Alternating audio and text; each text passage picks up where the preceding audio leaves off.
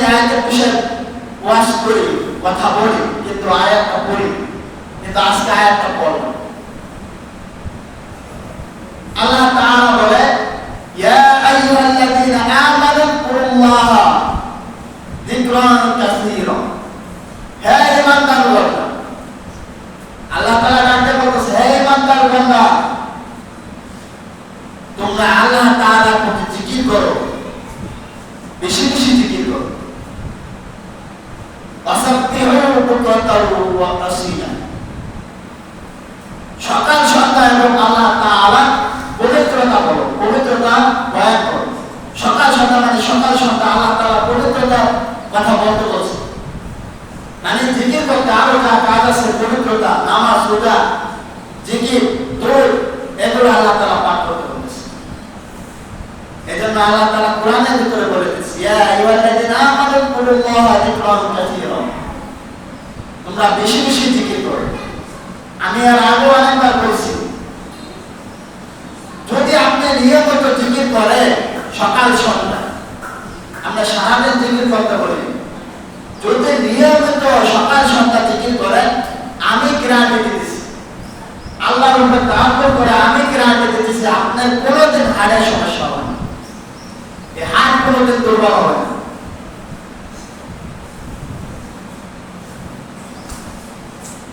আল্লাহ বলতেছে যে আমার নামে জিকির করো, আর আমরা জিকির করার সময় ঘুমাই।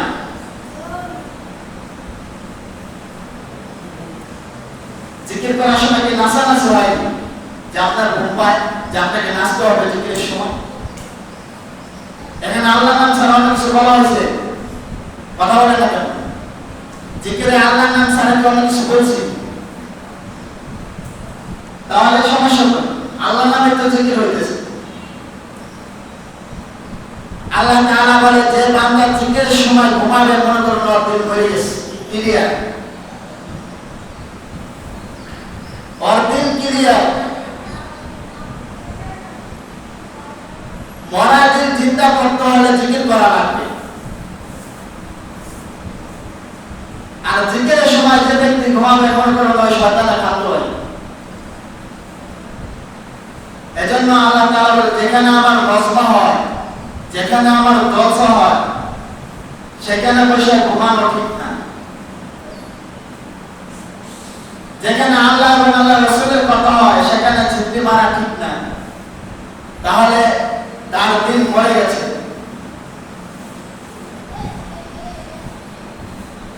আমরা দরুদ পড়ি, দরুদ শরীফ পাঠ করি, অনেকে আছে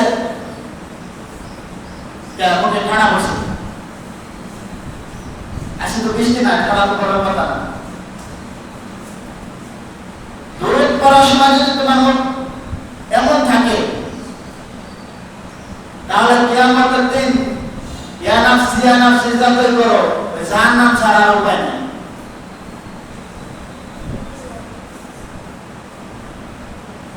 এজন্য আল্লাহ তাআলা বলে, বান্দা তুমি কিভাবে জান্নাতে যাবে?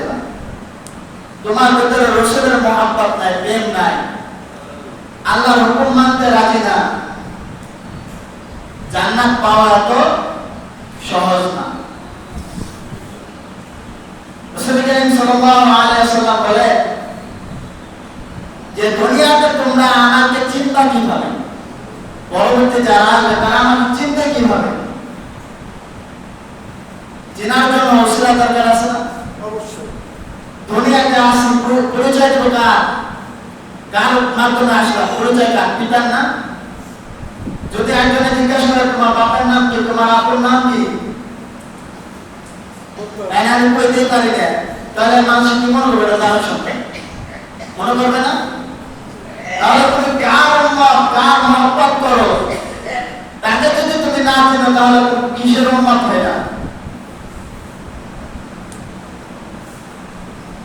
কিছুদিন আগে আমি ফেসবুকে একটা পোস্ট করছি, এক লোক লেখছে, ফেসবুকে লেখছে হলো, যার ঘরে 11টা স্ত্রী থাকা সত্ত্বেও দাসী লাগে, একবার যে স্ত্রী ভাষা এখানে ব্যবহার করছে, এটা আমার মুখে বলা সম্ভব, তাহলে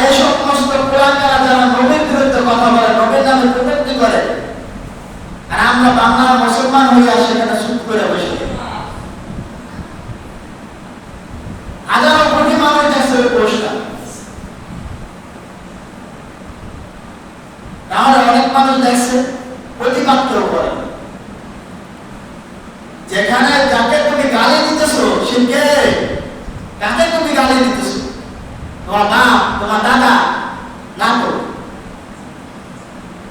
যাকে তুমি গালি দিতেছো সে তাকে যদি সৃষ্টি না করা হতো পৃথিবীর আমি তো তোর বেলা মালিক কোনো অসৃষ্টি হতো।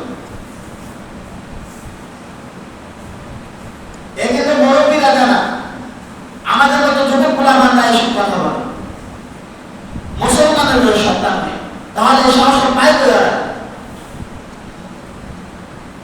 এটি হলো অরিজিনাল লালন সন্তান।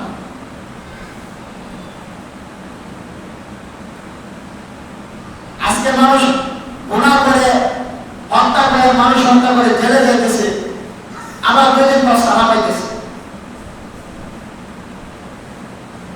কিন্তু গত 1 মাস হয়ে গেল একজন ইমামকে হত্যা করে ফেসবুকে আবার পোস্ট করছে আমরা হত্যা করছি, তাদের আজ পর্যন্ত কোনো সরকার রায় দিতে পারলো না।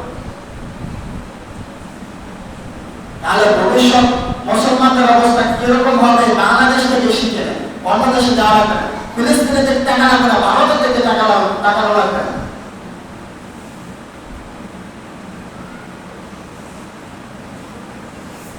আজকে ভারতের মহিলারা যুদ্ধের জন্য প্রস্তুত, পাকিস্তানের নারীরা যুদ্ধের জন্য প্রস্তুত, আর আমাদের বাংলাদেশের মহিলারা বেশি দাবি করবার কিন্তু প্রস্তুত। বাংলাদেশের উপর পড়বে নাকি পাকিস্তানের উপর পড়বে? অন্যান্য দেশের মুসলিমরা নিজেদের রক্ত বেরিয়ে দিবার দিকে প্রস্তুত, আমাদের বাংলাদেশের মুসলমানরা মহিলারা নিজেদেরকে বেশ্যা পরিচয় করে মুখ খুলাই।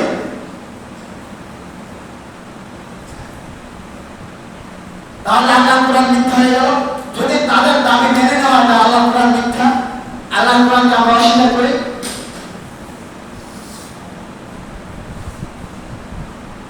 আজকে ইয়াং বয়স আছে, যুবক বয়স আছে, হায় আফসোস এই যুবকরা চাইলে 5 ওয়াক্ত নামাজ সব বুঝে পড়তে পারে।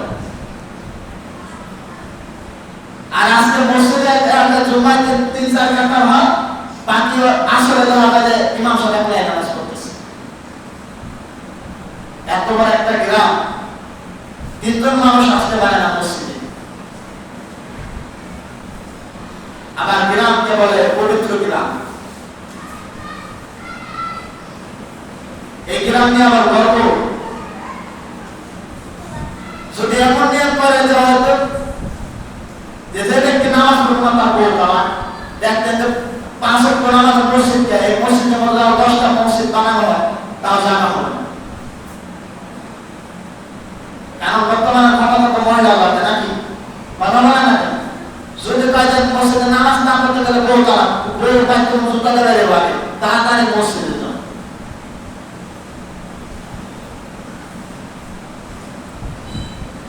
এজন্য সম্মানিত মুসলিমরা নিজেদের বোঝার, নিজেদের জ্ঞানের অভাব।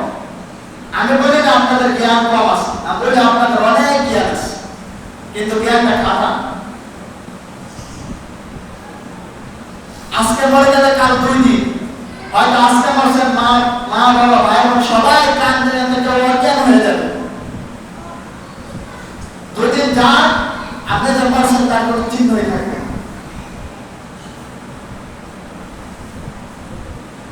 এই দুনিয়া, এই জীবন কিছুই না। কিসের জীবন?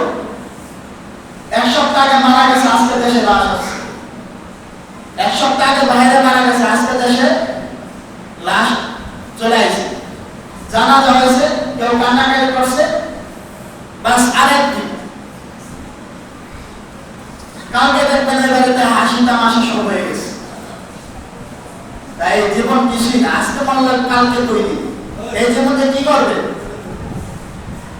এজন্য আল্লাহ তাআলা বলে থাকতে কাজে লাগা, মরার পর হাওয়া করে চিৎকার করো, আল্লাহ বলে না যে তোমাকে আরেকবার দুনিয়াতে সুযোগ দেব।